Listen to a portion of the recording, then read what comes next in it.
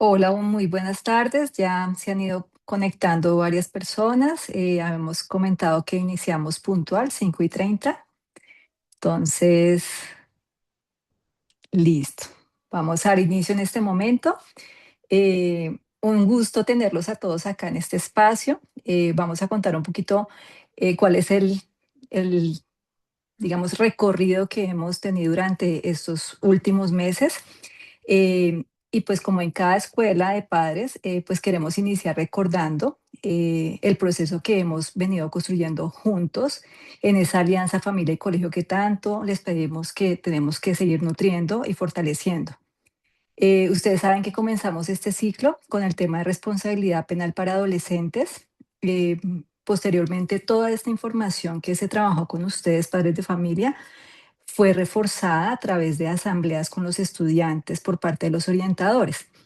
Luego, después de esa conferencia que tuvimos, que fue con el doctor Umar, tuvimos otra que fue sobre construyendo vínculos sanos, sobre la afectividad, la sexualidad y salud mental en la adolescencia, y nos acompañó Claudia Sánchez. Aquí, pues, esta estuvo centrada en el fortalecimiento del vínculo, la conversación abierta sobre la sexualidad y el cuidado de la salud mental. Aquí es muy importante reiterar porque siempre nos preguntan, ¿y esta conferencia la van a ver nuestros hijos? Entonces es muy importante reiterar que nuestro trabajo no se limita solamente a intervenciones aisladas, a una conferencia o a un taller, sino que contamos con un enfoque de prevención universal. Esto está articulado con un currículo socioemocional sólido, con acompañamiento grupal, seguimiento individual, cuando requiere trabajo, y también incluimos un trabajo con los docentes en brindar estrategias de cómo abordar ciertas temáticas en las aulas. Las conferencias complementan este proceso, pero hacen parte obviamente de una estrategia estructurada y sostenida. Y en coherencia con ese camino, pues el tema de hoy nos convoca a un desafío actual y que es urgente, y es la crianza consciente en la relación con la sexualidad, con el uso de la tecnología en la adolescencia. Por ello, pues hoy nos acompaña Viviana Quintero, ya algunos de ustedes la reconocen, ella es psicóloga especialista en protección digital y en prevención del abuso sexual en línea. Ella nos brindará herramientas concretas para poder comprender esos riesgos, no satanizar ni mucho menos, pero sí comprender un poquito esos riesgos y de esta manera fortalecer ese acompañamiento que requerimos y necesitamos en casa porque somos un solo equipo. Antes de darle la palabra a Viviana, también que quiero anticiparles que próximamente realizaremos una escuela de padres que no está contemplada dentro de nuestro, digamos, agendas desde el inicio de año que dimos unas fechas, sino que esta es nueva para presentarles una plataforma que se llama Insight. Y esta plataforma nos permitirá compartir con ustedes información sobre el desarrollo de las habilidades socioemocionales de sus hijos. También un poco conocer cómo está esto del autoconocimiento, de la autorregulación, de la empatía, de la convivencia y la toma de decisiones responsables. Tenemos que hacer una medición y esta plataforma nos permite ver el impacto que tienen todos esos programas que estamos articulando para ver qué tan efectivos son con nuestros estudiantes. Entonces, así como reciben los reportes académicos, la idea es que como padres de familia puedan recibir también ese reporte de cómo están desarrollando estas competencias fundamentales para el bienestar del aprendizaje. Así que los invitamos desde ya para que puedan agendar el 17 de marzo, 8 de la mañana, en esta fecha, y les explicaremos cómo van a interpretar esos reportes y cómo pueden seguir fortaleciendo juntos, familia y colegio, el desarrollo integral de sus hijos. Así que agéndenlo, yo les envío luego la invitación. Y pues ahorita sí le damos la bienvenida a Viviana y agradecemos nuevamente su presencia en esta tarde. Adelante, Viviana. Mil gracias, Andrea. Buenas tardes para todos y todas, para todos los papás que se conectan a esta hora con nuestra sesión del día de hoy, que es una sesión que está muy relacionada con el tema de uso de pantallas y cómo esta conexión entre la sexualidad y la tecnología se da durante la adolescencia y sobre todo cómo podemos cuidar la salud mental de nuestros hijos en esta interacción con las diferentes pantallas. ¿Listo? Entonces, para comenzar, quisiera contarles un poco cuáles son los temas que vamos a trabajar el día de hoy. Lo primero que vamos a estar revisando es qué pasa en la mente de los niños y niñas cuando se conectan. ¿Qué pasa cuando nosotros a un cerebro infantil o a un cerebro adolescente lo exponemos a una pantalla digital y a todas las cosas que vienen por cuenta de las pantallas digitales? Porque, ¿qué quiero contarles? Nosotros antes estábamos en un escenario donde cuando una persona se conectaba a una pantalla, se conectaba a Internet. Luego, cuando una persona estaba frente a una pantalla, se conectaba con redes sociales, eso le permitía conectarse con otras personas. Y ahora, cuando una persona se conecta a través de una pantalla, se está conectando con inteligencias artificiales, con máquinas que son capaces de tener procesos de pensamiento y de procesamiento de datos e información autónomos. Entonces, vamos a tratar de entender un poco qué es lo que pasa en estas interacciones, cómo cambia el cerebro, cómo se afecta, se modifica el cerebro de los niños, su desarrollo, sobre todo para empezar a revisar después cómo los podemos acompañar a ellos y ellas para crear unos límites que sean más saludables, cómo podemos empezar a utilizar la tecnología de una forma que sea amigable, respetuosa, equilibrada con nosotros, con la vida que llevamos y con las necesidades que tenemos. Y al final vamos a cerrar con diferentes ideas prácticas que nos permitirán hacer un uso mucho más equilibrado de las pantallas en la casa y apoyar el uso de pantallas que se busca que sea equilibrado también desde el colegio. ¿Listo? Entonces, bueno. Para comenzar, arranquemos con esta pregunta de qué pasa en la mente de los adolescentes cuando se conectan, de los niños, niñas y adolescentes cuando se conectan. Entonces, lo primero que nosotros tenemos que entender es que nuestros hijos e hijas están en un proceso de desarrollo donde tal vez una de las cosas más cruciales que están pasando en ese proceso de desarrollo es el desarrollo cerebral, es decir, es el desarrollo de sus cerebros que va a ser el cerebro o los cerebros que los van a acompañar a ellos por el resto de sus vidas. Entonces, por eso va a ser tan importante que nosotros entendamos, por un lado, qué es lo que pasa con ese proceso de desarrollo, pero sobre todo que entendamos cómo las pantallas entran a jugar en esta etapa que es tan importante del desarrollo. ¿Listo? Entonces, para comenzar, nosotros tenemos un cerebro que hagan de cuenta, un cerebro que está como dividido en dos grandes partes. La primera parte de ese cerebro es esta parte que ustedes ven acá, que es la parte que nosotros los psicólogos llamamos la más basal del cerebro. Todo esto que nosotros tenemos como en esta parte de atrás de la cabeza, donde está el cerebelo, donde están las partes más inferiores del cerebro. Ese cerebro es un cerebro que responde de manera instintiva ante cualquier estímulo. Entonces, ese cerebro, por ejemplo, es el cerebro que nosotros tenemos en común con un tiranosaurio rex, con una serpiente, con un pez. Todos tenemos ese cerebro porque básicamente es el cerebro que responde a los instintos. Entonces, cuando un bebé nace, tiene este cerebro porque ese bebé necesita alimentarse, necesita llorar para que pueda conseguir ayuda, necesita dormir, necesita todos estos procesos instintivos, necesita tenerlos ya formados. Entonces, en el momento en que nosotros nacemos, esa partecita del cerebro, esa parte de abajo del cerebro que les estoy acá señalando con mi flechita, ya está completamente formada. Y en el momento en que nacemos, la siguiente parte del cerebro se va a empezar a formar, que es esta que nosotros vemos por acá, esta de acá que les estoy apuntando con mi flecha, y que va a ser esta parte que tenemos en la cabecita, en el cerebro, que es la corteza prefrontal. Entonces, esa corteza prefrontal, que es la que les estoy apuntando acá, básicamente es la encargada de los procesos de pensamiento superior. Y cuando nosotros hablamos del cerebro más primitivo, va a haber otra parte que es esta parte de la amígdala. Esa amígdala va a ser el centro emocional, la que controla, la que nos ayuda a regular las emociones, la que nos ayuda a poder entender cuál es ese feedback o esa respuesta emocional que tenemos ante los diferentes estímulos del mundo. Entonces, ¿qué es lo que nos va a pasar con esa amígdala en la adolescencia? Esa amígdala en la adolescencia va a estar, hagan de cuenta que está como hiperactivada. Si de golpe ustedes vieron esta película de Intensamente de Disney, se dan cuenta cómo las emociones en Riley, la protagonista de Intensamente, era como si estuvieran exacerbadas cuando llega la segunda parte de la película en Intensamente todo si ella llega a la adolescencia. Entonces, esta amígdala durante la adolescencia va a tener una respuesta mucho más intensa y va a estar muy enfocada, muy orientada ese funcionamiento de la amígdala a la búsqueda de dopamina. ¿Qué nos va a pasar ahí? Entonces, con esto, que imagínense que las pantallas son altamente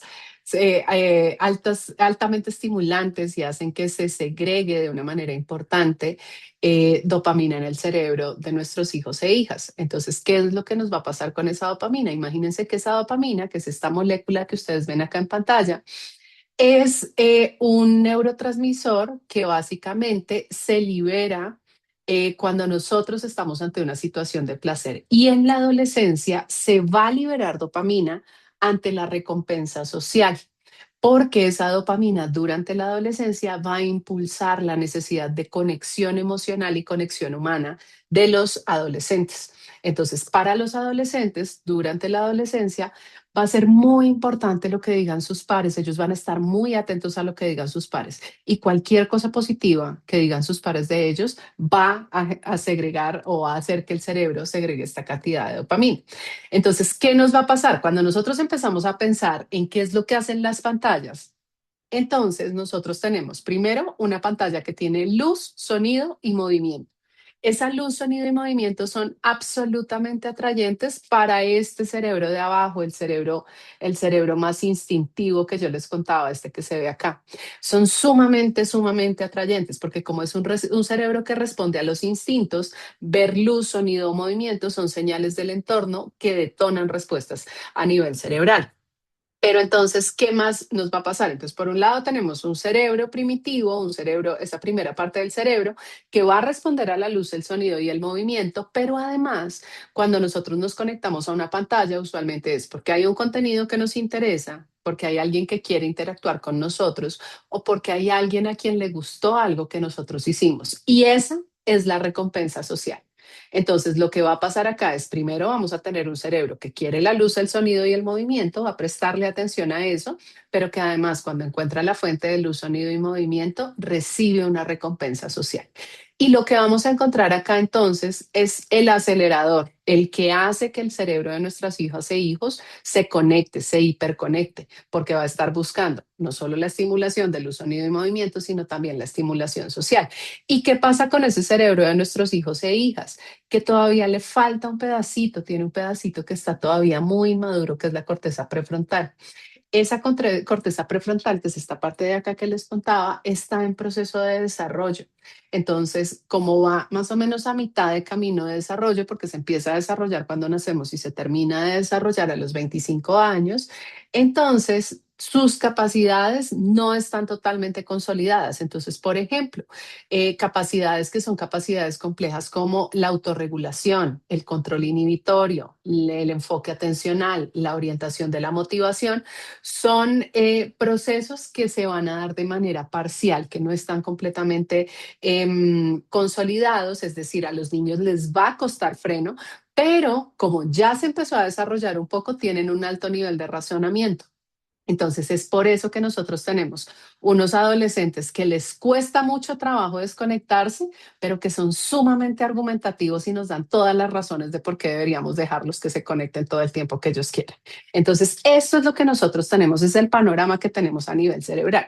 Entonces, si ustedes ven acá, nosotros lo que tenemos es un acelerador que se conecta, que los lleva a conectarse, pero que no tiene freno todavía, porque el freno hasta ahora se está desarrollando, hasta ahora se está consolidando. ¿Listo?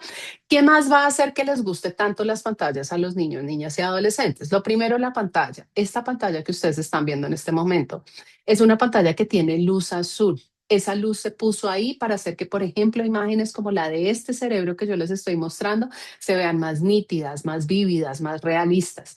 Pero al mismo tiempo, esa pantalla hace otra cosa en el cerebro de los seres humanos y es que activa los centros de vigilia en nuestro cerebro. Hagan de cuenta que las pantallas juegan en nuestro cerebro el mismo rol de la luz del sol. Engañan a nuestro cerebro y cuando vemos una pantalla, lo que nuestro cerebro piensa es, oh, hay luz, es de día, tengo que estar despierto. Entonces, esa luz azul de los dispositivos entra a afectar los ritmos de sueño y también la consolidación del sueño profundo. Recomendaciones con este tema de la pantalla. En lo posible, tener filtros de luz azul en las pantallas de nuestros dispositivos va a ser algo súper útil. Esos filtros de luz azul los pueden encontrar si tienen dispositivos Android en una opción de la configuración que se llama descanso visual y si tienen dispositivos Apple en una opción de la configuración que se llama Night Shift.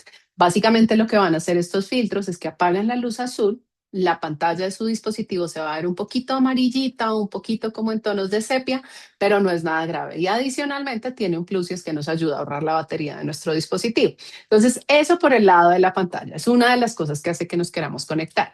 ¿Qué otra cosa hace que nos queramos conectar? Los estímulos del dispositivo. ¿Cuáles son esos? Las notificaciones.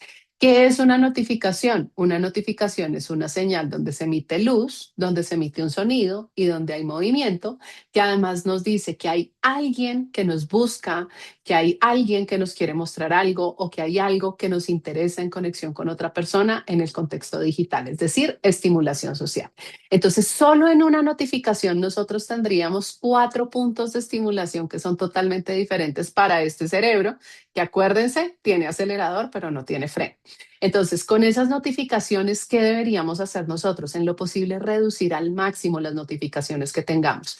El año pasado, finalizando el año, estuve trabajando en grupos focales con adolescentes acá en Bogotá y un día me encontré una niña que tenía 250 notificaciones día. Y entonces yo dije, como yo necesito saber de dónde salen 250 notificaciones al día.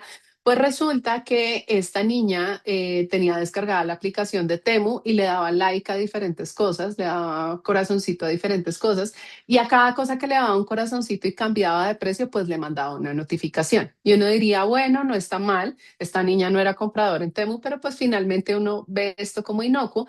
Pero en lo que se traducen esas 250 notificaciones es que esta niña al día está entrenando su cerebro 250 veces para que en lugar de enfocar la atención, su cerebro disperse la atención o la dirija al dispositivo. ¿Y qué es lo que pasa? Uno de los grandes retos que nosotros tenemos en la edad escolar, en la etapa escolar, que es la etapa en la que están sus hijos e hijas, es que logren enfocar su atención por el mayor periodo de tiempo posible. Los niños, niñas y adolescentes más o menos mayores de 14 años deberían estar prestando atención por periodos de tiempo de más o menos 45 minutos. Y la realidad en la actualidad es que si alcanzan 25 minutos, eso es mucho. Entonces va a ser importante que nosotros, por ejemplo, ayudemos a que nuestros hijos e hijas inactiven la mayor cantidad de notificaciones, que si vemos que tienen demasiadas notificaciones, nos sentemos con ellos a revisar de dónde vienen esas notificaciones y si son necesarias y en caso de que no sean necesarias, inactivarlas en el mismo dispositivo. ¿Listo?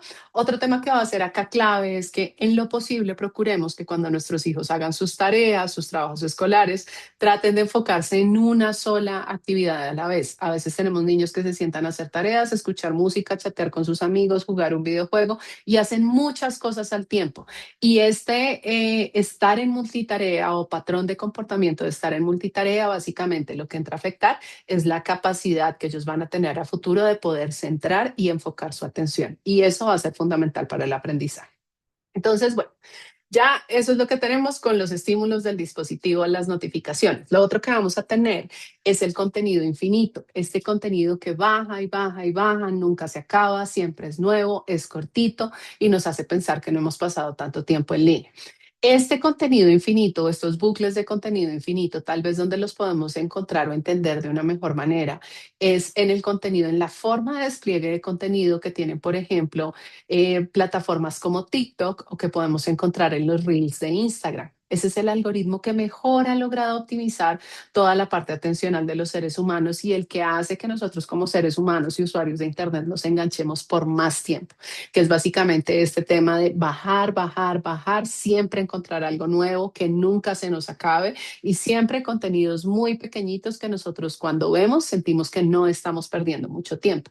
Esos bucles de contenido infinito básicamente lo que hacen es enganchar a nuestro cerebro, son como un anzuelo que captura a nuestro nuestro cerebro y nos impide darnos cuenta cuánto tiempo hemos pasado frente a una pantalla. Si estuviéramos leyendo un libro, por ejemplo, se nos acaba la línea, se nos acaba el párrafo, se nos acaba la hoja, se nos acaba el capítulo, se nos acaba el libro. Hay muchos lugares donde yo podría detenerme, parar y decir como hasta acá, suficiente, ya no quiero seguir leyendo. Pero en redes sociales y plataformas digitales, esos puntos se han ido desapareciendo, se han ido eliminando. Y se han ido eliminando básicamente con la intención de que nosotros como usuarios de Internet pasemos más tiempo conectados. Y finalmente vamos a tener otro tema acá, que es el tema de la inteligencia artificial. Entonces, ¿qué nos pasa? Con la inteligencia artificial nosotros tenemos algoritmos que son capaces de aprender a partir de los datos que nosotros les compartimos, aprenden de nuestro comportamiento y pueden incluso llegar a predecir lo que nos va a gustar en el futuro. Entonces, esa inteligencia artificial disponible en las plataformas nos presenta contenidos que resuenan con nuestros gustos, intereses, creencias, y eso va a hacer que nosotros queramos estar más en el espacio digital porque allí hay cosas que realmente nos interesan y nos llaman la atención. Entonces, si ustedes ven, teníamos un cerebro que tiene acelerador, pero no tiene frenos. Y además, acá con esto le estamos poniendo más o menos como una gasolina nitrogenada para que ande mucho más rápido, porque todo esto lo que va a impulsar es la hiperconectividad en los niños, niñas y adolescentes. ¿Listo? Entonces, bueno, como estamos hablando de inteligencia artificial, va a ser importante que hagamos esta conexión porque nosotros venimos de un escenario donde quienes son las reinas por ahora son las redes sociales. Pero en noviembre del 2023 se lanza ChatGPT y con la llegada de ChatGPT como el primer modelo de inteligencia artificial de texto al que tuvimos acceso de manera masiva, entonces empieza a haber otro actor en la escena que es la inteligencia artificial. Y la inteligencia artificial ha llegado tan rápido y de una manera tan acelerada que a veces nosotros, por ejemplo, le atribuimos capacidades que no tiene.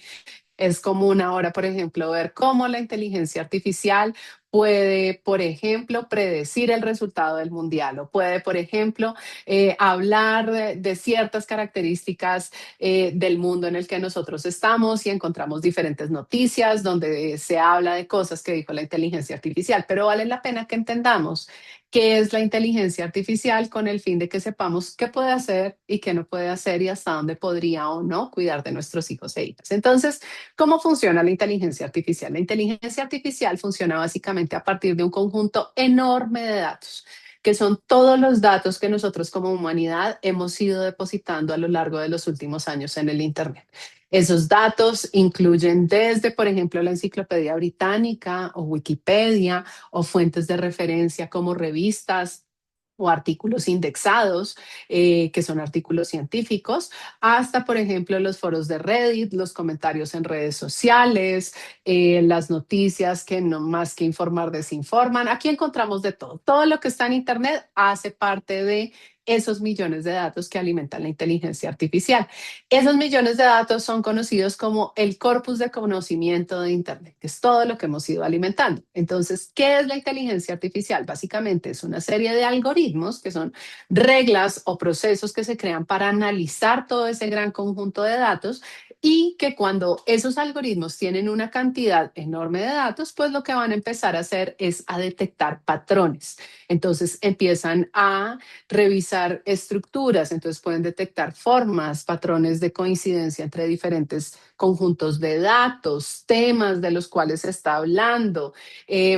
Básicamente detectan patrones. Y una vez detectan patrones, parte de lo siguiente que empiezan a hacer es que empiezan a hacer predicciones. ¿Qué pasa? Nosotros ya veníamos utilizando la inteligencia artificial desde hace muchos años, por ejemplo, aplicaciones como Waze, que nos ayudan a encontrar una ruta más rápida y más óptima hacia nuestra casa, aplicaciones como, por ejemplo, el autocorrector ortográfico que nos predice cuál es la siguiente palabra y nos ayuda a escribirla bien. Aplicaciones como Shazam que podemos prender y si queremos averiguar el nombre de alguna canción que estamos escuchando, activamos un Shazam y Shazam nos dice cuál es el nombre de esa canción. Esas son las inteligencias artificiales que nosotros teníamos en el pasado. Sin embargo, en noviembre del 2023 la cosa cambió porque antes la inteligencia artificial podía, por ejemplo, escuchar una canción y decirnos quién era su autor y cómo se llamaba la canción. La inteligencia artificial de ahora puede no solo reconocer quién es el autor y cómo se llama la canción, sino que podría en sí misma componer una nueva canción, comercializar esa canción, musicalizarla y hasta hacerle un video. Puede hacer más cosas, genera o un contenido completamente nuevo a partir de esos datos que recibe. Entonces, esto es lo que hace la inteligencia artificial. Es básicamente cálculos de probabilidades. ¿Qué no hace la inteligencia artificial? Comprender nuestras emociones, procesar emociones igual que los seres humanos. A veces algunos bots de inteligencia artificial nos dicen como, ay, entiendo cómo te puedes estar sintiendo en este momento. Quiero que sepas que estoy aquí para ayudarte. O puede decirnos cosas como, me alegra mucho que las cosas hubieran salido bien con la presentación que te ayudé a hacer. Sigue confiando en mí, que aquí voy a estar para ti.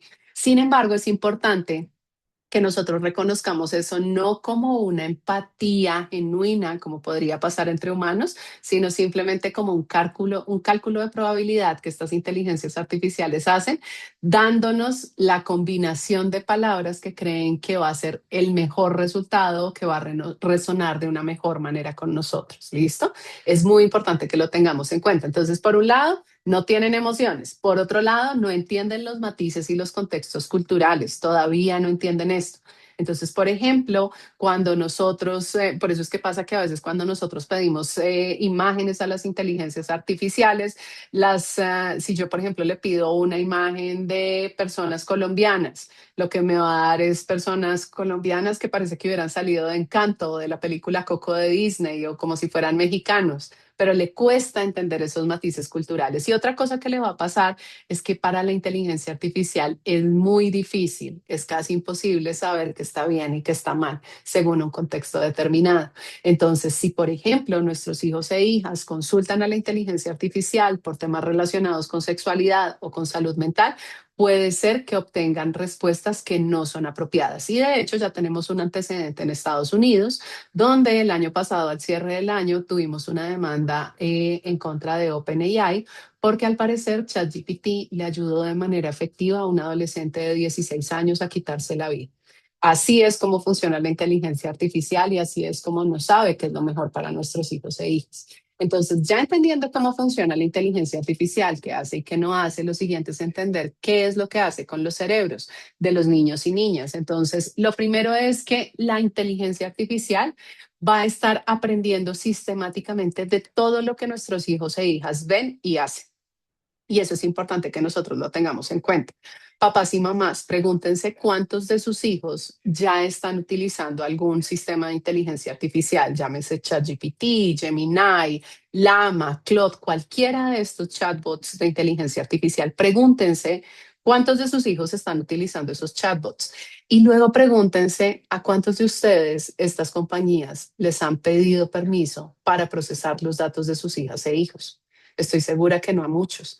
Entonces, acá va a ser muy importante que nosotros entendamos que por un lado la inteligencia artificial, bien sea la que está incorporada en las redes sociales o bien sea la que viene por cuenta de los chatbots de inteligencia artificial, recopila los datos de los niños de manera masiva, de una manera que nosotros antes no teníamos un precedente. Entonces, esa recopilación masiva de datos básicamente lo que va a permitir es que la IA, por un lado, aprenda, pero además empiece a predecir lo que les va a gustar a los niños en el futuro, recomendándoles contenidos que hacen que cada vez se enganchen más, que es este bucle de conexión del que yo les hablaba hace un momento. Pero además otra cosa que pasa es que como los niños están compartiendo todo el tiempo con ellas y ellas están recopilando datos todo el tiempo, se adaptan en tiempo real. Entonces, entre más interactúan los niños con estas plataformas o estas tecnologías, más acertada va a ser la respuesta. Y finalmente, como esa respuesta es tan acertada, tan precisa y no representa ninguna fricción porque siempre busca darle la razón a los niños, pues va a activar su sistema de recompensa, va a generar dopamina en sus cerebros y eso va a generar que tengan más ganas de seguir interactuando con estas inteligencias artificiales. Entonces, ¿qué pasa? Por ejemplo, ¿cómo lo veo yo con los niños y niñas cuando estoy trabajando con ellos? Entonces, por ejemplo, hay niños que me dicen, Vivian, un día yo estaba hablando con un amigo respecto a cualquier cosa, el mundial de fútbol. Y yo no había puesto nada del Mundial de Fútbol en mi celular, pero tan pronto entré a redes sociales empezaron a aparecerme cosas del Mundial de Fútbol, como si yo estuviera buscando esa información y yo nunca le dije nada a mi celular. Entonces, esto hace parte de la predicción que tiene, pero también hay muchos chicos que me han dicho, alguna vez me pasó que pensé en algo. Nunca se lo dije a nadie, yo nunca hablé con nadie de eso. Y al poco tiempo, en mis redes sociales o en las plataformas que uso, salió información sobre eso que yo solamente había pensado. Y eso lo que se convierte es en una señal que nos dice que ese niño, esa niña, ha compartido tantos datos con estas plataformas que el nivel de predictibilidad que alcanzó ya le permite predecir incluso lo que está pensando. No es que la inteligencia artificial haga magia, es que recopila tanta información de nosotros que puede incluso adivinar qué es lo que estamos pensando. Ya he empezado a tener esa capacidad. ¿Listo? Entonces, bueno, este era mi paréntesis de inteligencia artificial y ahora quiero pasarme un poco más al tema de salud mental y dónde es que esta conexión entre pantallas y el cerebro de los niños empieza a generarnos problemas o disrupciones con el tema de salud mental. Entonces, ¿qué ha pasado o qué pasa y por dónde deberíamos comenzar acá? Acá es importante señalar que no todos los usos de pantallas son malos, no todos. Hay unos usos, es como todo en la vida, hay unos usos que son buenos, hay unos usos que son malos. Son usos malos cuando rompen el equilibrio. ¿Cuáles son los usos más nocivos que nosotros hemos encontrado o que encuentro en la evidencia científica? Cuando ese uso de pantallas es temprano, es decir, antes de las edades recomendadas, que lo que se recomienda es que antes de los 14 años no tengamos uso de celulares, por ejemplo, antes de los 6 años ninguna pantalla y cuando además ese uso es excesivo, es decir, que excede 1 hora al día de uso recreativo. Entonces, cuando ese uso es temprano, antes de la edad recomendada, y excesivo, más del tiempo recomendado, entonces ahí es donde encontramos las principales disrupciones en materia de salud mental. ¿Qué vamos a encontrar? Lo primero que encontramos es privación social. Entonces, si nosotros tenemos niños que empiezan a navegar o a utilizar pantallas de manera temprana y excesiva, esos niños van a reducir sus interacciones cara a cara con otras personas. Y esta reducción de interacciones con otras personas va a empezar a generar en estos niños y niñas sentimientos de soledad y aislamiento. Y esto puede conducir a riesgo de ansiedad y depresión. Pero adicionalmente otro tema que vamos a tener es que se afecta el sueño. Por la luz azul y por las notificaciones, el sueño empieza a interrumpirse o empieza a suceder cada vez más tarde y esto está relacionado con bajo estado de ánimo, como sentirse triste, sentirse demasiado cansado, demasiado fatigado, pero además nos afecta también el ritmo de aprendizaje, porque imagínense que en el sueño los niños lo que hacen es fijar los aprendizajes que tuvieron durante el día. Es como si alguien pasara limpiando el cerebro, llega, barre, limpia, bota todos esos aprendizajes que no necesitamos para el resto de la vida y los que sí vamos a necesitar para el resto de la vida los almacena en la memoria a largo plazo. Entonces, si nosotros hacemos una inversión importante en garantizar una buena educación para nuestros hijos e hijas, también deberíamos invertir en que duerman el tiempo que tienen que dormir y que duerman de manera sistemática a la misma hora, que vayan a dormir a la misma hora todas las noches para cuidar ese proceso de aprendizaje, de consolidación del aprendizaje. Luego vamos a tener la fragmentación de la atención. Como yo les contaba, esa exposición a contenido rápido, que además es súper fugaz, que nunca se acaba, que siempre es llamativo, empieza a generar una necesidad de inmediatez en los niños. Y acá, entonces, el primer impacto que nosotros vamos a ver es que se reduce el enfoque atencional. Tenemos niños que son capaces de poner atención por menos tiempo cada vez. Pero hay dos temas que nos preocupan mucho acá y es que además esa necesidad de inmediatez que generan estos contenidos rápidos empiezan a generar una baja postergación de la gratificación, es decir, que un niño sea capaz de esperar para recibir una recompensa y una baja tolerancia a la frustración, es decir, que un niño sea capaz de tolerar el malestar y la incomodidad por un periodo breve de tiempo. Entonces, ¿qué pasa? Cuando nosotros tenemos este escenario de baja postergación de la gratificación y baja tolerancia a la frustración, usualmente lo que tenemos es a niños o niñas que tienen un riesgo mucho mayor en relación con el consumo de sustancias psicoactivas y con el pensamiento, ideación o intento suicidio. ¿Listo? Entonces, por eso va a ser tan importante y miren cómo poco a poco una cosa que pareciera sencilla e inocua, que simplemente prender una pantalla e interactuar con ella, se nos va conectando con riesgos más importantes en materia de salud mental. ¿Qué vamos a tener además? Vamos a tener que estos algoritmos de recompensa constante poco a poco van haciendo que los y las adolescentes empiecen a activar su sistema de recompensa cuando están en interacción con pantallas y aquí van a empezar a tener muchas dificultades en el control de impulsos. Por ejemplo, adolescentes que les cuesta mucho trabajo desconectarse, que dejan de dormir por estar conectados, que ya no quieren salir a la calle ni estar con sus amigos cara a cara porque prefieren verlos cuando están en interacción con una pantalla. Y entonces, pues claramente esto empieza a alimentarnos todas estas dificultades en salud mental. Hay además unos aspectos diferenciales por género. En esos aspectos diferenciales por género tenemos que para las niñas, uno de los temas que más se afecta es la autoestima y se piensa que es en relación con un fenómeno que se conoce como el fenómeno de comparación social negativa, que eso fue un fenómeno descubierto inicialmente en Instagram, donde parece que cuando las niñas se entran a plataformas como Instagram empiezan a comparar lo que ven en la plataforma versus su propia experiencia de vida y cuando ven que esas dos cosas no coinciden, que por ejemplo la vida en Instagram es perfecta, todo el mundo va a las mejores fiestas, tiene las mejores vacaciones, compra la mejor tecnología y ellas no tienen esa misma experiencia de vida, se frustran mucho y esto afecta la autoestima y el autoconcepto que tienen de sí mismas. Por otro lado, con los niños encontramos que el mayor riesgo está relacionado con el aislamiento social. Y ese aislamiento social se conecta con dos situaciones. Por un lado, la adicción a videojuegos y por otro lado, la exposición a contenidos inapropiados, principalmente a contenidos pornográficos. Entonces, en el tema de la adicción a videojuegos, ¿qué vamos a encontrar? Que cuando nosotros, por ejemplo, tenemos niños que antes de los 13 años juegan videojuegos donde se pueden comprar cosas dentro del juego. Esos niños cuando pasen la adolescencia, más o menos alrededor de los 15 o 16 años, van a tener más probabilidad de saltar a un juego tipo apuestas en línea con indicadores de juego patológico, es decir, con formas de juego que ya empiezan a rayar con la adicción. ¿Listo?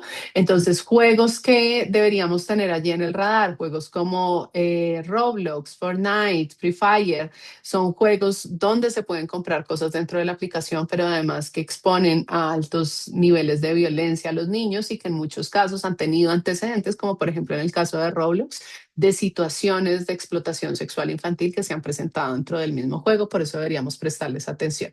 Por otro lado, por el lado de los contenidos inapropiados, encontramos también que, por ejemplo, los niños pueden encontrarse con contenidos sexuales, tratando de entender esos contenidos y tratando de reorganizar esa información para la que su cerebro todavía no está preparado. Ellos pueden continuar viendo este tipo de contenidos o incluso pueden empezar a generar conductas hipersexuales con otros niños que básicamente empiezan a generarnos un riesgo alto en materia de abuso y explotación sexual y a lo cual también deberíamos atender de una manera especial. ¿Listo? Por si fuera poco, esos no son todos los impactos, porque también tenemos unos impactos en seguridad. Entonces, en materia de seguridad, los impactos los encontramos en tres categorías. Por un lado, están en los contenidos, que es lo que los niños ven cuando están navegando en Internet. Acá encontramos los contenidos sexuales, y los contenidos violentos, que básicamente son nocivos porque normalizan tanto el sexo como la violencia en la mente de los niños, que es una mente que todavía está muy inmadura y necesita vivir otros procesos. Por otro lado, encontramos también los riesgos asociados a los contactos, que son las personas con quienes los y las adolescentes están interactuando en los espacios digitales. Y acá encontramos riesgos como, por ejemplo, el contacto con desconocidos, que a menor edad resulta más riesgoso porque usualmente los desconocidos que contactan a los niños más pequeños los buscan con el fin de abusarlos o explotarlos sexualmente, como ocurre en el caso del grooming, o con el fin de extorsionarlos, chantajearlos o manipularlos, como ocurre en el caso de la extorsión sexual. Y finalmente tenemos los impactos en seguridad asociados a las conductas, que es lo que los niños y niñas hacen cuando están navegando en Internet. Y acá encontramos el uso excesivo, que se da por cuenta de toda la estimulación que reciben de las pantallas, el ciberdrama o ciberacoso, que muchas veces comienza, por ejemplo, con malentendidos que se dan entre los niños a través de plataformas digitales, porque no se clarifica el mensaje, porque lo que transmiten lo transmiten a través de textos escritos que, por ejemplo, no nos dan información sobre el estado emocional del otro, que es lo que conocemos como ciberdrama. y que se puede convertir en ciberacoso cuando esas agresiones o esa hostilidad se da de manera repetida y sistemática. Y adicionalmente, acá también vamos a encontrar la autoproducción de contenidos sexuales y la revelación no consentida de esos contenidos cuando se producen. Por un lado, la autoproducción de contenidos sexuales, que también conocemos a veces como sexting, se da cuando un niño o una niña se toma una fotografía y la comparte en un círculo cerrado, es decir, la fotografía no se difunde públicamente. Esto es una situación sumamente riesgosa porque no se puede asegurar la protección y la seguridad de esa imagen al 100%. Esa imagen tarde o temprano va a terminar siendo distribuida de manera pública. En el caso de la revelación no consentida, ya hace referencia a la distribución de ese tipo de contenido y que las personas lo pasen de un dispositivo a otro. ¿Listo? En ese último caso, ya estaríamos ante una situación que es constitutiva de delito y es importante, por ejemplo, que nosotros hablemos con nuestros hijos respecto a que muchas veces esos comportamientos que ellos tienen en el espacio digital, que pareciera que son inocuos porque los hacemos a través de una pantalla, pueden tener consecuencias tan reales que incluso pueden ser consecuencias legales. ¿Listo? Entonces, hasta este punto yo quisiera preguntarles si han percibido alguno de estos impactos en sus hijos, si han visto alguna de estas cosas, que por ejemplo ha dejado de dormir un poco o que está jugando un videojuego que podría ser riesgoso, que por ejemplo cada vez más se hace predecible en el escenario de inteligencia artificial. Quisiera hacerles esa pregunta y veo, André, que tienes manita levantada. No sé si me quieras decir algo. Sí, justo Viviana han hecho una pregunta y es, pues tú haces la pregunta, lo que pasa es que los papás no pueden interactuar sino a través de la cajita de preguntas y hay una que dice, ¿cómo mitigar los efectos ya generados cuando la mayoría de los adolescentes de 14 a 16 años la pandemia los obligó a usar pantallas de manera temprana? Bueno, entonces para ese punto vamos. Me encanta esa pregunta en este momento porque, ¿qué es lo que pasa? Nosotros en este momento también estamos en un momento parteaguas respecto al uso que veníamos haciendo de tecnología y lo que la evidencia nos está diciendo respecto a ese uso que hemos venido haciendo. Entonces, esto que esta mamá nos pregunta o este papá nos pregunta respecto a, bueno, durante la cuarentena, durante la pandemia, todos nuestros hijos tuvieron por necesidad que empezar a utilizar pantallas y dispositivos digitales. Sin embargo, la pandemia ya se terminó hace mucho tiempo. Y de la misma manera que nosotros entregamos dispositivos, también podríamos reversar la entrega de esos dispositivos. Digamos, es una de las cosas que podríamos hacer. Pero más allá de eso, de si queremos reversar o no, en este momento nosotros tenemos un conjunto de evidencia científica que es enorme, que nos habla de todos estos impactos nocivos que se han generado en los niños y niñas por el tema de la hiperconectividad. Entonces, si ustedes como papás y mamás me preguntan a mí lo que nosotros tenemos que enseñarles a los niños y las oportunidades que tenemos que darles a los niños están más relacionadas con enseñarles cómo desconectarse que con ayudarlos a estar conectados, porque ayudarlos a estar conectados, ellos lo van a lograr solitos. Entre la inteligencia artificial, las diferentes funcionalidades y el cerebro que tienen, ellos van a terminar conectándose tarde o temprano. Mientras que aprender a desconectarse va a ser mucho más complejo. Para la muestra un botón. Todos nosotros cuando llegó la pandemia tuvimos que empezar a interactuar en entornos digitales. Todos nosotros muy rápidamente, al cabo de 1 o 2 semanas, aprendimos a utilizar diferentes plataformas de videollamadas, Zoom, Google Meet, Teams, ya todos sabíamos usarlas.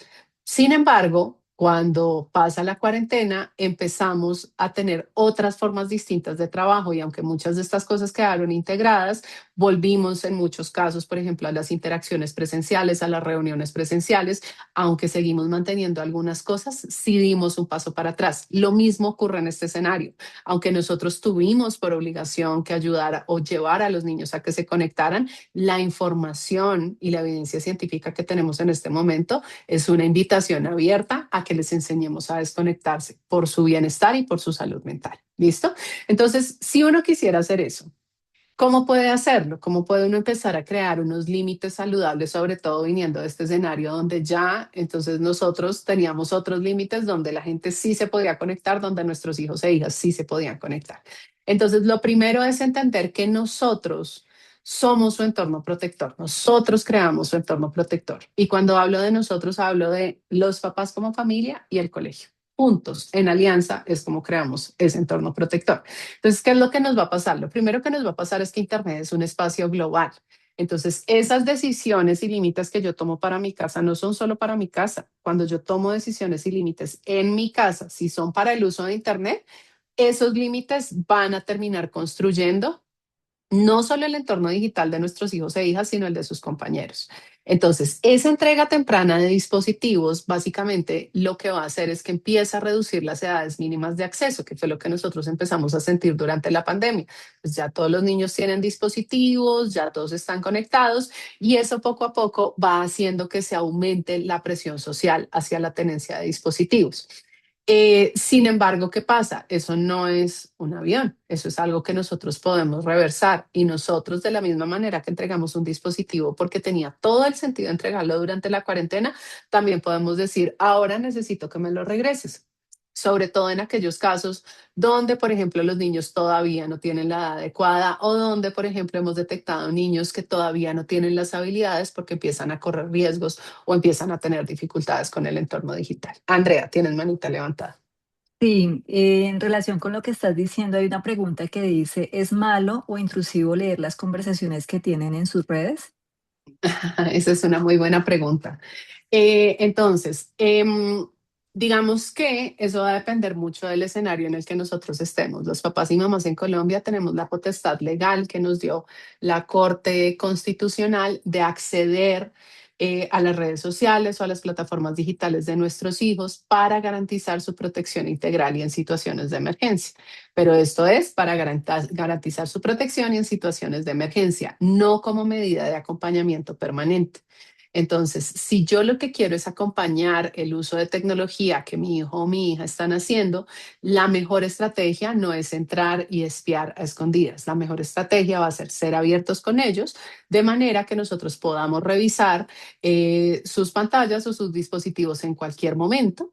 Y que además ellos sepan, primero que nosotros los vamos a revisar, pero además que tengan reglas como, por ejemplo, si encuentro que se están escondiendo aplicaciones o que se han eliminado chats o historiales de navegación, eso va a tener unas consecuencias que pueden llegar incluso a retirar el dispositivo, porque tener ese tipo de comportamientos, más allá de cualquier cosa, lo que nos está diciendo es que ese niño o esa niña todavía no está preparado para el uso de ese dispositivo.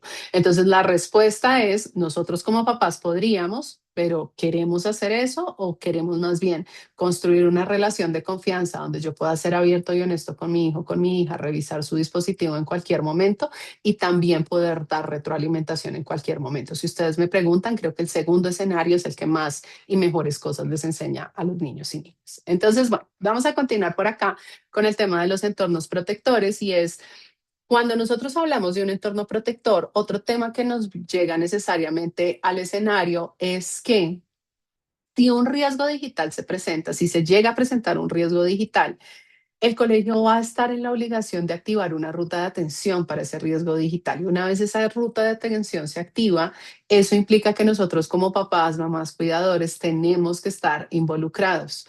Entonces, ese simple involucramiento implica que ¿para qué nos vamos a involucrar solo cuando el riesgo se presente? Porque no nos empezamos a involucrar desde antes para evitar que el riesgo se presente. Eso sería lo mejor en materia de protección. Finalmente, un tema que va a ser importante acá es que los mejores resultados en el uso de seguro de tecnología sí se logran generando alianzas conjuntas entre familia y colegio.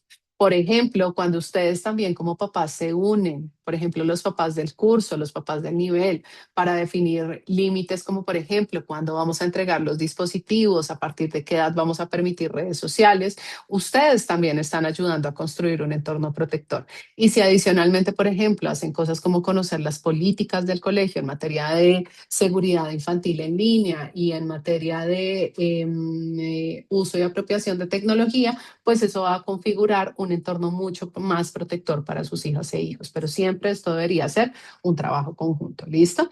¿Qué otras cosas vamos a tener por acá? A la hora de definir esos límites va a ser importante entender que no todos los usos de tecnología son iguales, no todos son los mismos. Entonces, hay un uso de tecnología que es para desarrollar habilidades, aprender nuevas cosas, trabajar, producir e interactuar con otros seres humanos. Ese uso de desarrollo de habilidades e interacción humana principalmente se hace en los colegios. Los colegios son los primeros que hacen ese uso.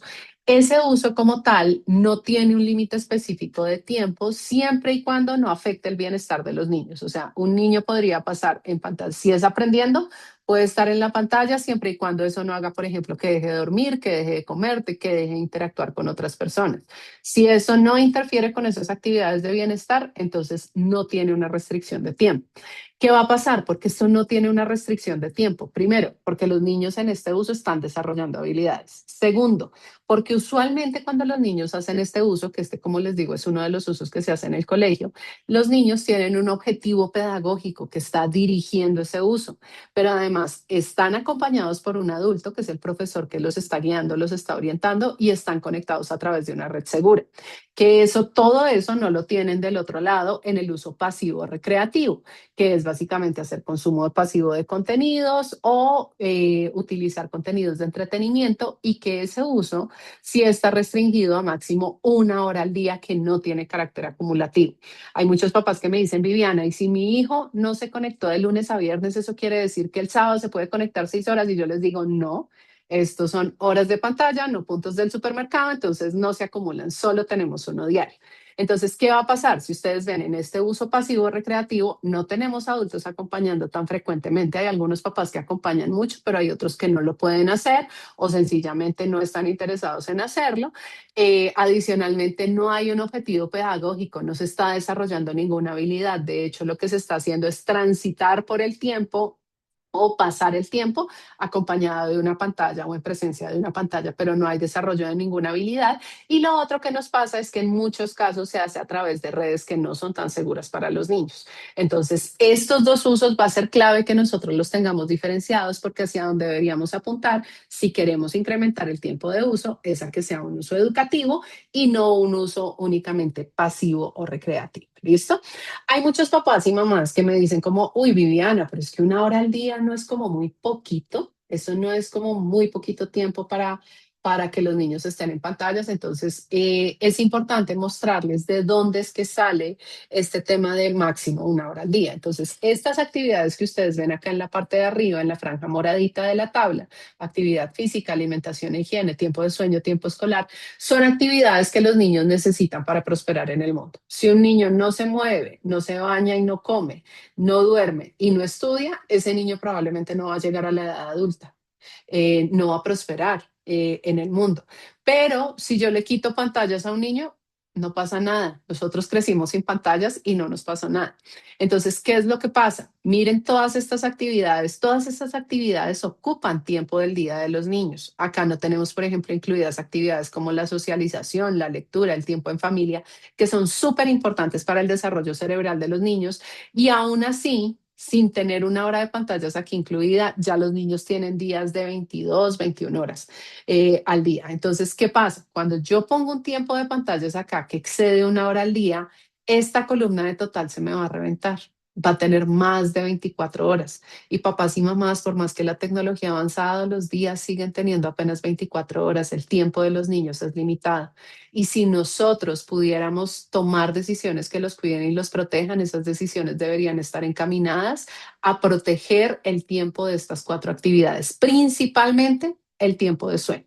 Entonces, una invitación que quiero hacerles en este momento es que piensen en la edad que tiene su hijo o su hija en este momento. Miren en esta tablita cuál es la edad que tiene su hijo o su hija y cuánto tiempo debería dormir de acuerdo con esta tablita. Y piensen a qué horas su hijo o su hija se tendría que acostar para poder dormir esa cantidad de tiempo que dice ahí en la tablita. Luego, una vez sepan a qué hora se tendría que acostar, esa es la hora de irse a dormir y 1 hora antes de eso puede ser su hora para desconectarse de pantallas, porque si ustedes logran que se desconecten 1 hora antes de ir a dormir, el sueño que van a tener va a ser de mayor calidad y eso, como ustedes saben, va a favorecer el aprendizaje, que es lo que los niños van a hacer al colegio. Entonces, esta tabla de acá va a ser importante porque nosotros vamos a tener entonces dos límites para el tema del tiempo. Entonces, un límite puede ser máximo 1 hora al día, no más de 1 hora al día en uso recreativo. Otro límite podría ser revisar las áreas de bienestar de los niños. Entonces, ustedes podrían preguntarse, ¿mi hijo o mi hija está practicando al menos 1 hora de actividad física intensa al día? Intensa es que salga al menos una gotita de sudor. Si sale al menos una gotita de sudor, la chuleamos y si practica al menos una hora de actividad física intensa al día, la cosa va bien. Si además ese niño o esa niña se están bañando, están comiendo todos los días a sus horas y están bien cuidaditos en materia de higiene y alimentación, buenísimo, papás, lo están haciendo bien. Si además ese niño o esa niña está durmiendo según su edad, lo que dice en esta tabla, vamos por buen camino. Y si finalmente ese niño o esa niña va bien en el colegio y tiene todas sus actividades y tareas escolares al día, probablemente ustedes lo estén haciendo bien, papás, independientemente del tiempo que estén utilizando pantallas. Pero si ven que algo está fallando, por ejemplo, ven que sus hijos cada vez se acuestan más tarde, se quedan dormidos en clase, puede ser que necesiten establecer un límite de sueño para lograr un equilibrio. Entonces, acá no hay soluciones mágicas ni únicas. Acá yo lo que hago es presentarles diferentes opciones para que dentro de las particularidades de sus familias ustedes puedan decidir qué es lo que mejor funciona para cada uno de ustedes. ¿Listo? Otro límite que deberíamos conocer a la hora de poner límites es el de las edades. Entonces, yo les decía por allá al inicio que los 14 años eran la edad del celular, pero antes tenemos otra edad que es la de las redes sociales. Los 13 años son la edad permitida por las redes sociales, la edad mínima que permiten las redes sociales. Importantísimo que ustedes sepan que este límite lo pusieron las redes sociales, que están súper interesadas en tener la mayor cantidad de usuarios posibles. Y ellas nos dicen de entrada, si alguien menor de 13 años ingresa a este espacio, yo no tengo cómo garantizar que esa persona pueda estar segura. Entonces, por eso es que se define esa edad mínima permitida. ¿Dónde se definen los términos y condiciones que son esos que chuleamos y nunca leemos cuando damos a aceptar en crear una cuenta? ¿Listo? La otra edad van a ser los 14 años, que es la edad recomendada para entregar el primer smartphone propio. Importantísimo, estas son edades recomendadas, no mandatorias. No quiere decir que simplemente porque mi hijo o mi hija cumplió 14 años, yo ya le entrego el celular, no.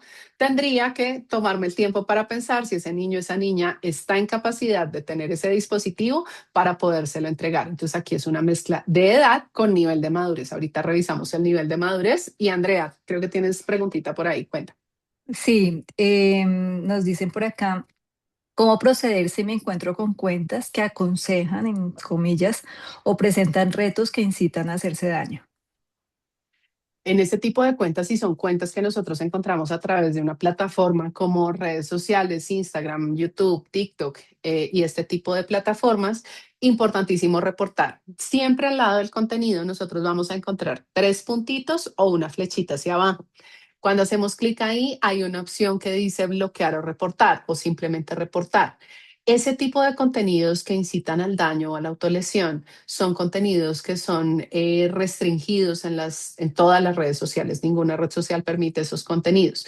Entonces, ¿qué es lo que va a pasar? Cuando nosotros reportamos, básicamente lo que permitimos es que el algoritmo interno de las redes sociales pueda revisar de qué se trata ese contenido y restrinja el acceso a ese contenido para la mayoría de usuarios o incluso lo elimine o lo dé de baja. ¿Qué va a pasar? Como somos tantos usuarios de Internet conectados todo el día alimentando contenido, ya no existe una capacidad humana que nos permita verificar y monitorear absolutamente todos los contenidos de Internet. No va a ser posible que alguien revise y audite todo lo que existe en Internet. Cuesta mucho trabajo. Pero si nosotros, cuando estamos navegando, somos un poquito auditores y veedores de lo que pasa en el Internet y reportamos a las plataformas, de esa manera podemos también contribuir a hacer de Internet un espacio mucho más seguro para todos. ¿Listo? Entonces, bueno, ya continuando con este tema de las edades, lo siguiente que vamos a tener acá es el por qué se definieron estas edades. Básicamente, porque los 13 y los 14 años, en ese intervalo de edad entre los 13 y los 14, los adolescentes empiezan a desarrollar su capacidad para reconocer la veracidad si un contenido es falso o verdadero, la intencionalidad si quieren hacerme daño o se acercan con un fin legítimo y la naturaleza del contenido. Si, por ejemplo, un contenido es de educación versus un contenido que busca venderme algo y que es de tipo comercial. Entonces, eso es simple desarrollo cerebral y nuestro cerebro solo lo puede empezar a hacer a partir más o menos de los 13 años. Entonces, como todas estas habilidades de análisis de información se necesitan para estar seguros en línea, por eso es que las redes sociales se han blindado y han dicho, ah, no, aquí después de los 13, antes yo no puedo garantizar que estén seguros. También es importantísimo que ustedes sepan que si los niños, niñas y adolescentes accedieron antes, por ejemplo, entregué celular y TikTok a los 9 años porque estuvimos en pandemia, eso no quiere decir que vayan a estar seguros. De hecho, la mayoría de los equipos de seguridad y confianza, que son los equipos que se encargan de la protección infantil en las redes sociales, son equipos que se han ido desmontando en los últimos años y que cada vez tienen menos personal alrededor del mundo. Y también para que ustedes tengan en cuenta países o regiones del mundo que son más protectores de la niñez, como por ejemplo Australia, Francia, Alemania, Reino Unido, que son países que usualmente han sido más protectores de los niños, tienen establecida esta edad en los 16 años. Entonces, a veces, por ejemplo, me he encontrado con papás que dicen, uy, no, pero es que 13, 14 años es mucho, debería ser más pequeñitos, deberíamos entregarlos más pequeñitos en el contexto de lo que nos dice la evidencia científica y de la normativa de protección más exhaustiva. 13 y 14 años ya por sí son una edad muy temprana para acceder a estas plataformas. Entonces no deberíamos adelantar esa edad, sino en lo posible procurar más bien retrasar. ¿Cómo podríamos saber si nuestros hijos están preparados para tener un celular? Entonces lo primero, prueba de fuego. Sus hijos e hijas son capaces de desconectarse de la pantalla 1 hora antes de ir a dormir sin que ustedes los tengan que regañar, insistir, estar peleando con ellos. Si ellos se desconectan por su propia cuenta 1 hora antes de ir a dormir, bien, papás, puede ser que ese niño o esa niña sea candidato a un celular. Además, respetan las normas y límites que ustedes establecen en otras áreas de su vida. Si la cosa es así, se va acercando el momento de tener una pantalla. ¿Han tenido antecedentes de vulnerabilidad o conductas de riesgo? ¿Han sido víctimas de intimidación escolar, de ciberacoso? ¿Han tenido alguna situación de riesgo en el colegio? ¿Antecedentes de ansiedad o depresión? Puede ser que si esto ha pasado, nos toque tomarnos con un poquito de calma y revisar si realmente están preparados.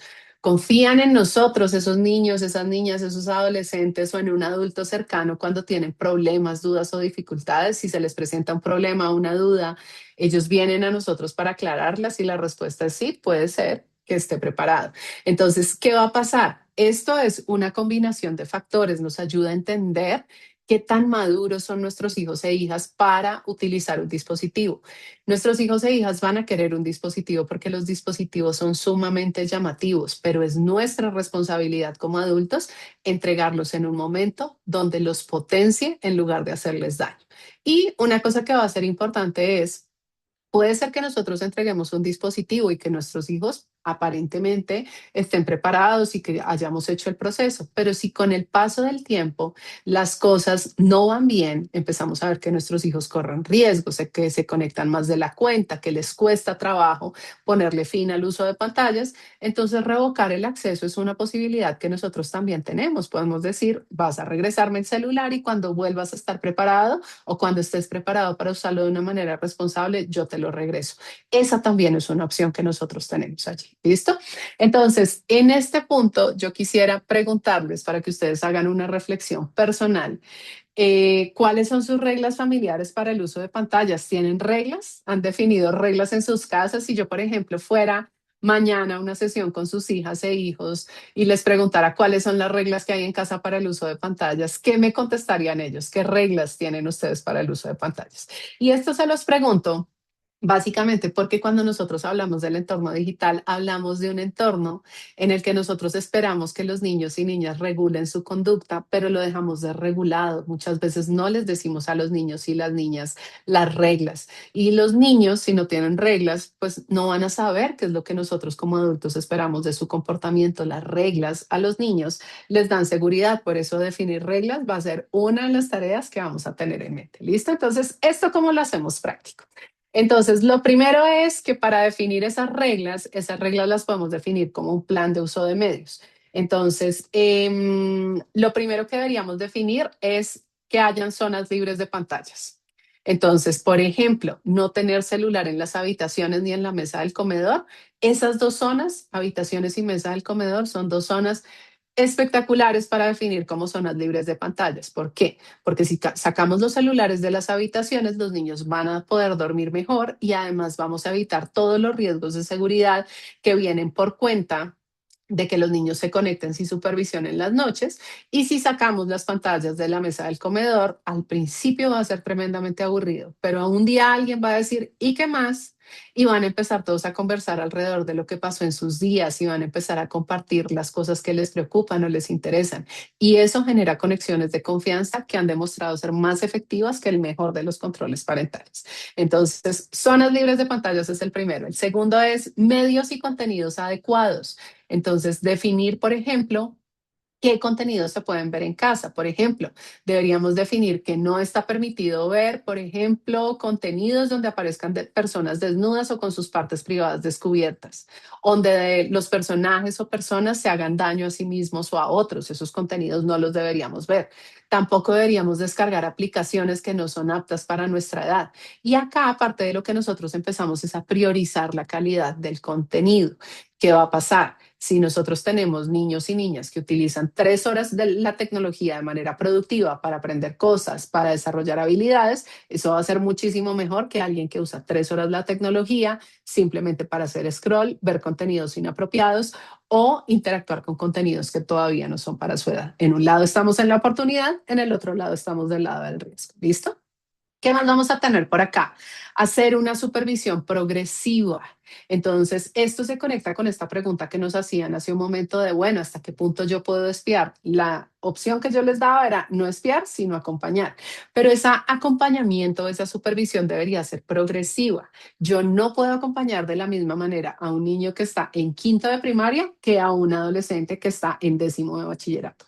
Entonces, son acompañamientos diferenciales. Piensen que esto es como cuando llevábamos a los niños al parque. Entonces, cuando yo llevaba a mi bebé chiquitito al parque, entonces yo llegaba y lo montaba en todas partes, nunca lo soltaba. A medida que fue creciendo, yo solo le cogía la manito y lo iba llevando por todas partes. Luego, cuando fue un poco más grande, me sentaba en la silla y no le quitaba el ojo de encima mientras estaba jugando.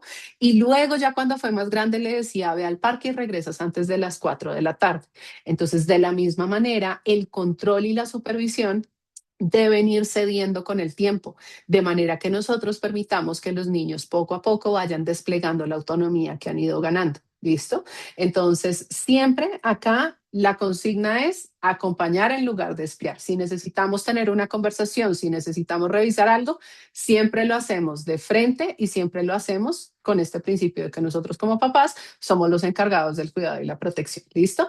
Otro tema que va a ser muy importante es definir de quién es el dispositivo, porque acceder a un dispositivo electrónico, a un dispositivo digital, es un privilegio en estos primeros años, no un derecho que nosotros ya tenemos ganado per se. ¿Listo? Entonces, los dispositivos siempre se entregan con reglas de seguridad. Siempre, siempre, siempre. Cuando ustedes vayan a entregar por primera vez un dispositivo, pueden preguntarle a sus hijos e hijas, ok, ya cumpliste los 14 años, yo siento que estás preparado, entonces tienes dos opciones. Opción número uno, te puedo dar un celular que tiene reglas, que tiene normas que vamos a tener que definir, que tú vas a tener que cumplir y que si no cumples, pues van a tener consecuencias. Opción número dos, seguimos como estamos hasta ahora, sin celular. Si quieres, ve, lo piensas, meditas y cuando tengas una respuesta, vienes y me cuentas. Les puedo asegurar sin temor a equivocarme, que todos sus hijos van a decir, dame ya, ¿dónde te firmo las reglas? Definamos las reglas porque yo necesito firmarte ese contrato y que tengamos y que yo pueda tener mi celular. Y eso nos permite hacer una introducción mucho más amigable de las reglas para los niños. Finalmente, un tema que va a ser muy importante acá es ayudarles a reconocer situaciones de riesgo. Por ejemplo, si algún día una persona en internet te habla de forma sexual, te pide activar cámara o compartir videos, eso es inapropiado. Por favor, ven corriendo a contarme porque tenemos que revisar qué podemos hacer. Entonces, enseñarles a los niños a reconocer el riesgo. Una persona que habla de forma sexual o solicita compartir videos, contenidos donde las personas aparecen desnudas, contenidos donde las personas se hacen daño a sí mismos, reconocer el riesgo y qué hacer cuando se presenta. Aléjate de eso y ven corriendo a contarme porque vamos a tener que hacer cambios en la configuración. Entonces, de esa manera, favorecemos la autonomía de los niños, que ellos puedan empezar a tomar decisiones, pero sobre todo que sepan cuándo necesitan pedir ayuda y cuándo podrían estar en riesgo. André, tienes manita levantada. Sí, gracias, Viviana. Nosotros tenemos papás muy pilos que hacen supervisión, esa supervisión como tú indicas. Entonces dice alguien, si hay reglas, si ya tienen reglas y tenemos screen time diario, fallamos en la hora antes de dormir. Ah, no, que si hay reglas, tienen time diario y fallan en la hora antes de dormir. ¿La televisión Ujú. cuenta para no ser usada en esa hora? Sí, cuando yo les digo pantallas, hablo de todas las pantallas que estén conectadas a Internet. Mejor dicho, si su carro tiene pantalla, esa pantalla también entró ahí. Porque, digamos, el problema que nosotros tenemos y sobre todo, por ejemplo, con el tema del sueño, lo que más nos afecta el sueño es el brillo de la pantalla. Y aunque los computadores y los celulares, la mayoría de computadores y celulares permiten que nosotros pongamos un modo de descanso visual, eso todavía no está incluido en los televisores. Los televisores son sumamente brillantes, tienen una descarga enorme de luz azul que se ha puesto ahí básicamente porque el objetivo de un televisor es que dé la máxima nitidez y definición posible. Entonces, por eso está ahí, por eso no se puede inactivar. Yo espero que con el paso del tiempo lo activen, pero todavía no lo tenemos. ¿Listo? Entonces, importantísimo incluir a la pantalla televisor también dentro de nuestro conteo total de pantallas. Y si está conectada a Internet, peor aún, hay que incluirla. ¿Listo? Entonces, simplemente por haber venido el día de hoy a este lugar y conectarse a esta sesión, ustedes hoy van a tener una excusa menos. Y es que en este primer código QR, ustedes van a encontrar una guía que les va a permitir hacer un plan de uso de medios, su propio contrato de uso de medios, sus propias reglas para uso de tecnología en sus términos para la edad de sus hijos, con los dispositivos que ustedes tienen, totalmente personalizable por cortesía de la Academia Americana de Pediatría, que ha creado esta web maravillosa que se llama Healthy Children, donde básicamente nosotros podemos crear nuestro propio plan de medios de una manera súper sencilla para cada uno de nuestros hijos.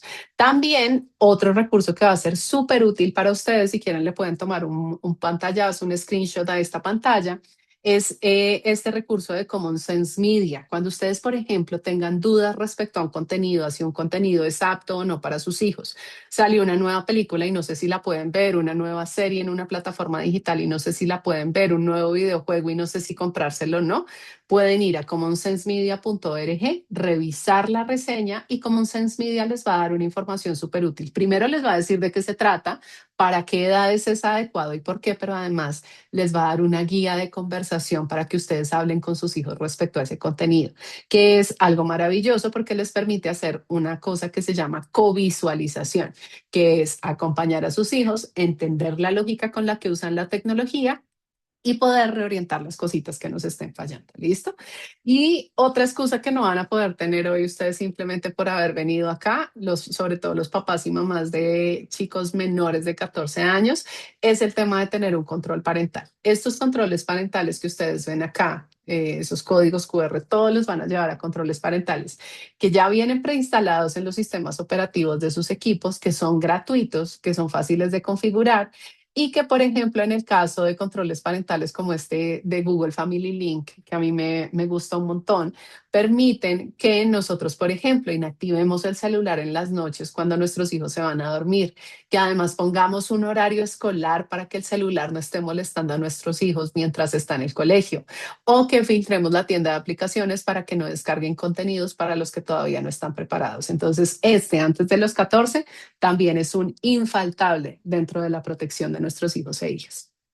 ¿Qué deberíamos conversar con nuestros queridos preadolescentes y adolescentes? Deberíamos conversar sobre ciertas cositas que pasan en línea. La primera de ellas, los botfluencers o los influencers generados con inteligencia artificial.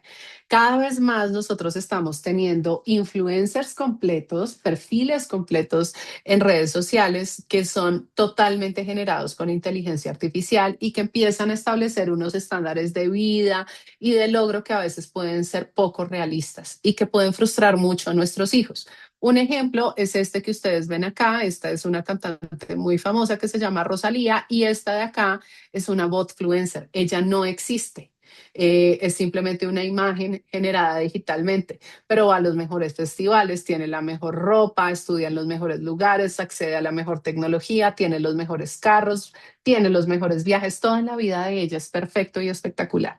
Entonces, si una persona menor de 18 años ve la vida de una persona de estas, probablemente va a decir, mi vida no se parece en nada a eso, probablemente no tengo ninguno de esos privilegios y eso puede llenar mucho de frustración a nuestros hijos e hijas. Entonces, ayudarles a reconocer que no todo en Internet es cierto, que no todo eso que ven es cierto, les va a ayudar muchísimo. ¿Listo?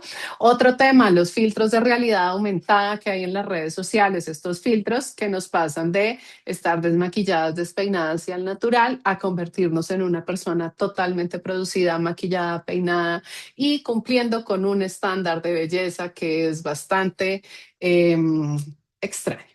Entonces, poder conversar respecto a esto va a ser clave porque imagínense que en el año 2021 estuve apoyando a Unilever en una campaña que ellos desarrollaron y ellos encontraron en un estudio que se hizo acá en Colombia que las niñas de 13 años en promedio se estaban tomando 71 fotos antes de publicar una selfie en redes sociales. Y cuando se les preguntaba por qué tomaban tantas fotos, decían porque en las anteriores en ninguna me vi bien. Imagínense todo el odio y el desprecio que uno tiene que va generando uno hacia uno mismo si después de 73 fotos no se siente bien con lo que está viendo. Entonces, ese es otro tema que deberíamos conversar. Y finalmente, otro tema del que deberíamos conversar son los imaginarios y estereotipos que se van transmitiendo digitalmente respecto a lo que significa ser hombre y ser mujer. Esta serie Adolescencia, que muchos papás la vieron, algunos papás no la han visto, si no la han visto, véanla, pero véanla con precaución y con el corazón protegido, porque es una serie sumamente dura que nos habla acerca de cómo los contenidos que los chicos y chicas encuentran en plataformas digitales pueden validar situaciones de violencia no solo entre ellos mismos, sino también de violencia hacia el género opuesto. Entonces, esta es otra conversación que nosotros deberíamos tener, cosas que deberíamos estarles repitiendo a los niños, que se usan técnicas y herramientas para modificar el contenido que vemos en Internet, que lo que vemos en Internet son los mejores momentos, el lado bueno de la historia, no la parte más difícil, que si un día algo los hace sentir tristes, incómodos o confundidos, deberían conversarlo con un adulto, que Internet es un espacio público y como es un espacio público no deberíamos poner allí información privada, como por ejemplo la información relacionada con nuestra sexualidad y nuestra intimidad.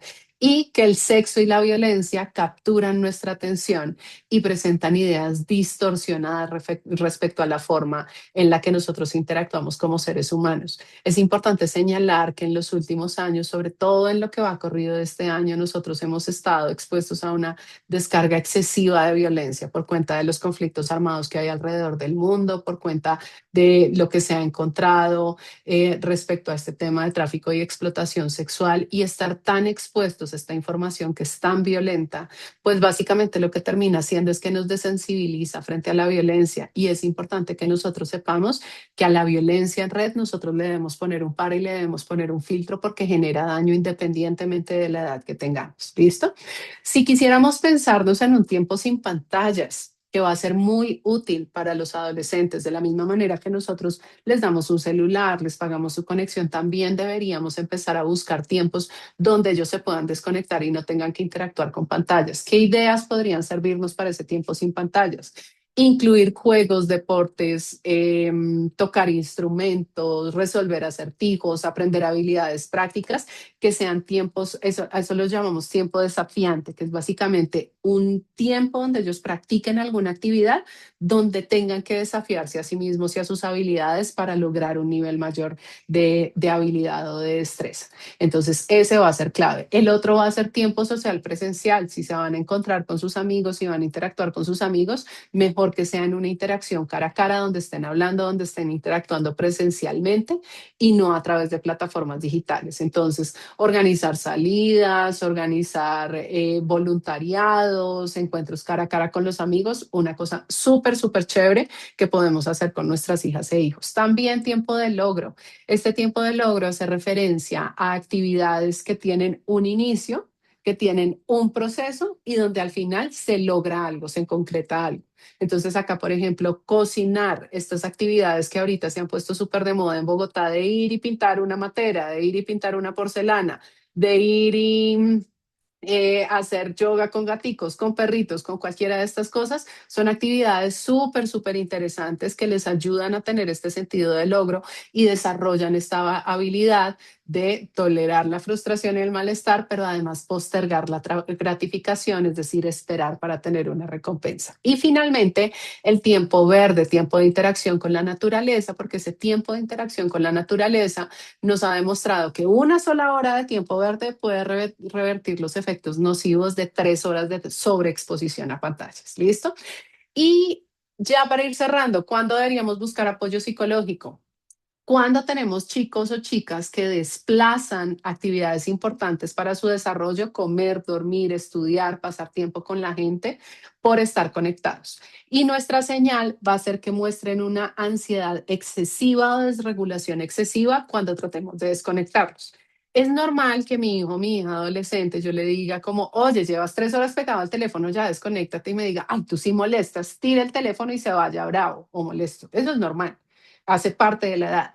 Pero si yo le digo, oye, llevas 3 horas pegado a ese celular, desconéctate, y se tira al piso, bota el celular, trata de pegarme, muerde, patea, hace un ataque de pánico, de ansiedad, eso ya no es normal. Ese comportamiento en sí mismo nos está diciendo que ese adolescente está teniendo problemas en sus habilidades de autorregulación y control y necesitamos brindarle apoyo para que pueda desarrollar esa habilidad a un nivel óptimo. También si hubo algún intercambio de tipo sexual o violento, o si hubo exposición a contenidos sexuales o violentos en Internet, deberíamos consultar, simplemente porque este tipo de contenidos a veces pueden ser muy perturbadores para los niños. Por ejemplo, con los niños más chiquitos, ellos podrían decirnos, es que no logro sacarlo de mi cabeza, o podría pasar con los más grandes en la preadolescencia o la adolescencia, que nos digan es que no puedo parar de ver ese contenido. Si eso llegara a pasar, necesitamos apoyo psicológico nuevamente para reorganizar este contenido en sus cabezas, pero sobre todo para ayudar a que esto que hubieran visto no afecte el resto de su curso de vida. ¿Listo? Si alguno de ustedes como papá o mamá quiere profundizar, quiere aprender más, quiere saber más de diferentes temas, les tengo este conjunto de materiales que todos son maravillosos. El primero de ellos, el libro amarillito, La generación ansiosa, de Jonathan Haidt, tal vez la recopilación de evidencia científica más exhaustiva que se ha hecho en los últimos años en relación con los impactos del uso temprano y excesivo de pantallas en niños, niñas y adolescentes. Entonces, si ustedes quieren saber cuál es el sustento científico de todo esto que les he dicho hasta ahora, este libro es una excelente herramienta.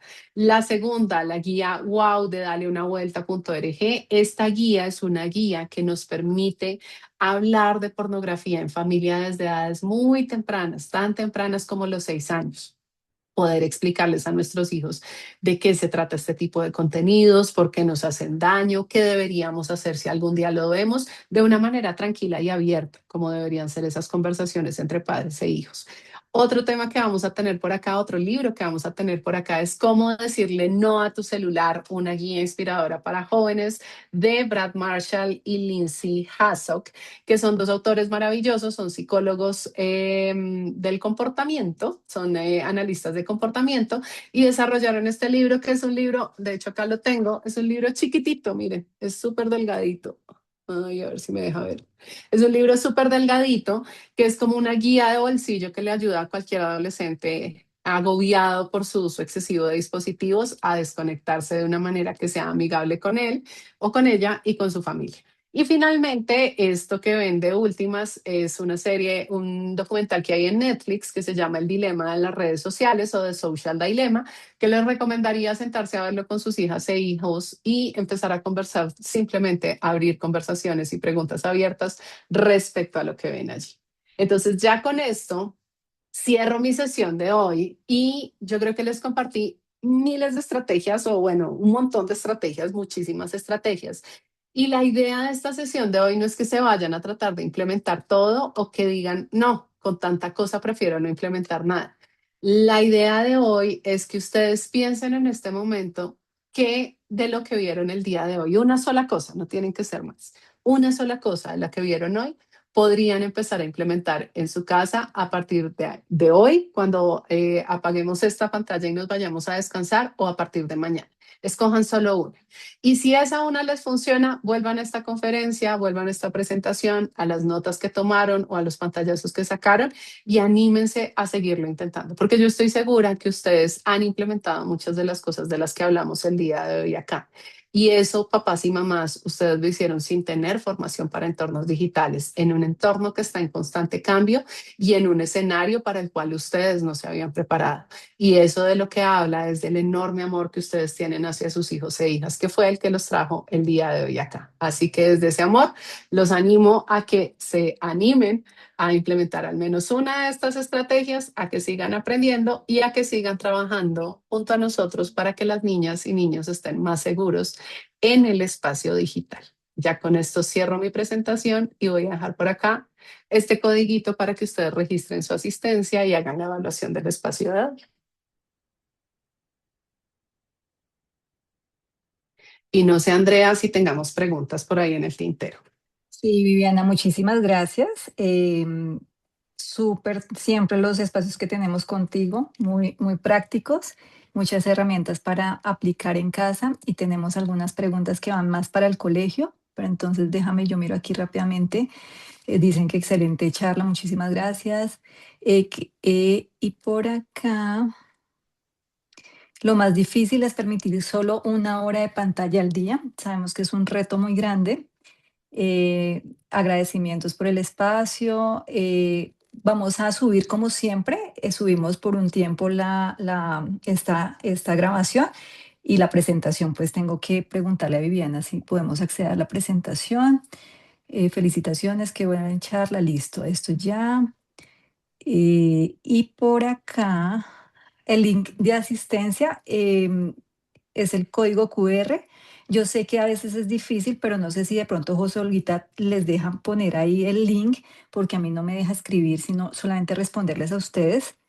Ya un segundito y miramos. Por aquí hay Déjame, algo. ya Nos preguntaban si recomiendan activar control parental en los dispositivos entregados por el colegio. Y aquí también de pronto le doy el paso a José y a Viviana. Yo voy a dar mi respuesta rápida mientras José nos responde. listo. Importantísimo que eso lo revisen con el colegio, ¿vale? Entonces, a veces nosotros podríamos instalar el control parental y ese control parental nos empieza, si el colegio ya ha instalado filtros previos, pueden entrar en conflicto. Entonces, José, cuéntanos cómo está el tema del control parental para que ustedes como papás y mamás sepan también si se puede activar, si no se puede activar. Esto que les dije del control parental aplica para todos los dispositivos que utilicen los niños antes de 14 años. Sin embargo, es bueno que ustedes sepan que en las instituciones educativas, sobre todo aquellas que entregan dispositivos o conexiones, tienen el deber legal de proteger esos dispositivos. Entonces, muchas veces, aunque nosotros no veamos como tal un control parental o no accedamos a los filtros directamente desde nuestros equipos, eso no quiere decir que no sean dispositivos que estén seguros y protegidos. Entonces, esto siempre lo tenemos que validar con el equipo de tecnología del colegio, con José acá presente, para que nos cuente cómo lo podemos hacer de una mejor manera. Entonces, José, tienes la palabra. Gracias, Vivi. Buenas noches para todos. Pues respondiste la pregunta. Nosotros tenemos un control parental en los equipos que entregamos con un MDM y por eso no se hace necesario que ustedes activen ese control parental. Sí que puede suceder que a veces los chicos tienen mucho conocimiento y pueden empezar a desbloquear cosas que de pronto nosotros perdemos de vista en el MDM. Y en eso sí les pedimos el favor que nos lo reporten porque es evidente. Por ejemplo, esos equipos no pueden navegar en otras plataformas. Si ustedes ven que están jugando o hay algunas acciones en esos dispositivos, algo está sucediendo y puede que algo haya quedado mal configurado. Por favor, nos reporta y nosotros inmediatamente ajustamos a través del sistema porque eso queda en línea. Entonces, en este momento no es necesario solo hacer seguimiento y si se hace uso, ustedes identifican que hay un uso inadecuado frente a lo que nosotros ya les estipulamos en la entrega de los dispositivos, por favor, nos lo hacen saber.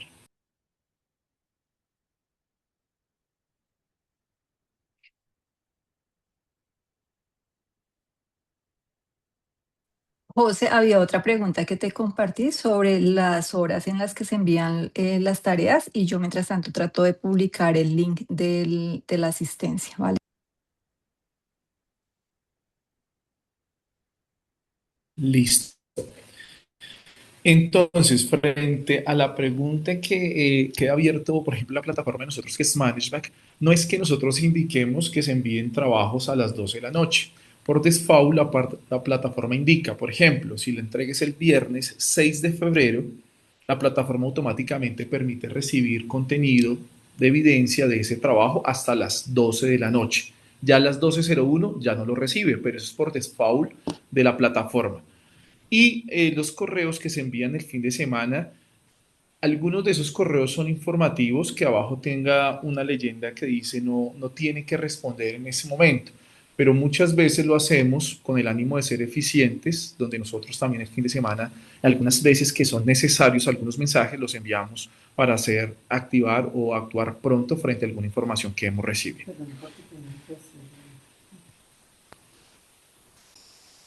Listo, ya publicamos el link, no sé de pronto si están pudiendo tener acceso, pero ya está en la respuesta.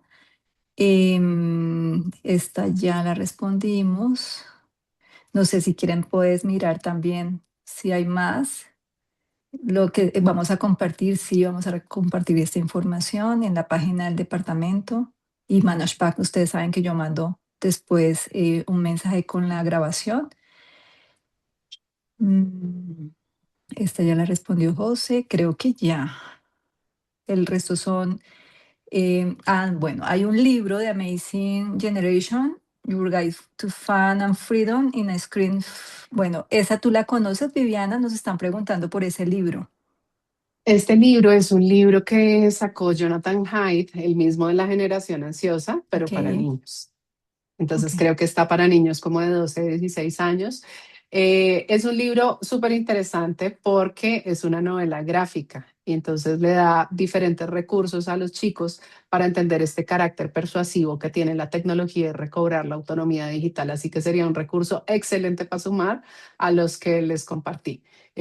Súper recomendado, súper interesante el libro. También hay otro libro de una psicóloga que se llama, ese apellido Twench, que se llama como How to Raising Kids in a Digital or High Tech World. Es que es como cómo criar niños en un mundo altamente tecnológico. También un súper libro con unos tips y unas recomendaciones excelentes por si quieren seguir investigando, aprendiendo de este tema que es tan apasionante. Tenemos recursos más que disponibles. Listo, muchísimas gracias a todos. Dicen que no lograron. Mañana tratamos con las representantes de padres volver a enviar el link para las personas que pronto no pudieron, pero ya muchas lo han logrado. Y pues digamos que la iniciativa es que en conjunto Casa y Colegio nos dicen acá que prohibimos 100% el uso de las redes en las horas escolares en los dispositivos. Estamos trabajando en ello. ¿Listo? Entonces, muchísimas gracias para todos y buena noche. Gracias, Viviana. Con todo gusto. Un saludo para todos. Feliz noche. Descansen, chao.